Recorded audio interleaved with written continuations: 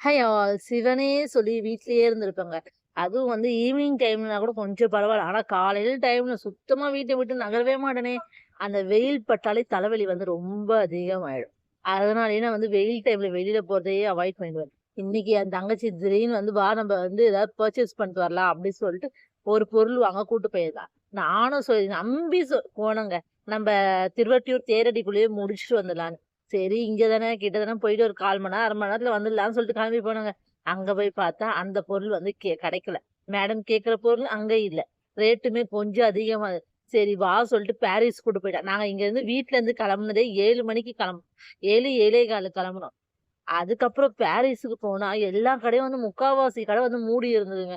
இதுல வேற இந்த கடைக்கு போலாம், அந்த கடைக்கு போலாம் சொல்லிட்டு தெரு தெருவா அலைய விட்டாங்க மேடம். ஓடு ஓடுன்னு ஓடுறோம் வேற.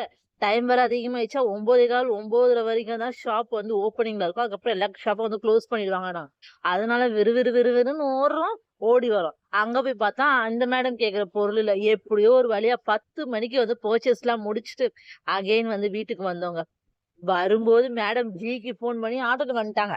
என்னைய என்ன சொல்ட்டாங்க, "நீ பைக் ஓட்டிட்டு வந்து, நான் என்ன பிளான் பண்ணேன், நீ பைக் ஓட்டு, நான் ஆட்டோல வரேன்னு." மேடம் இல்ல அந்த அளவுக்கு திறமைலாம் எனக்கு கிடையாது. நீயே வண்டி ஓட்டிட்டு வா, நான் ஆட்டோல வரேன்னு சொல்ட்டு, ஜம்முன்னு மேடம் வந்து ஆட்டோல வந்து இறங்குறாங்க. சிவனேன்னு சொல்லிருந்து வீட்டுக்குள்ளேயே இருந்திருப்பேன். என்ன அவ்ளோ தூரம் வண்டி ஓட்ட விட்டாங்க மேடம். Okay bye.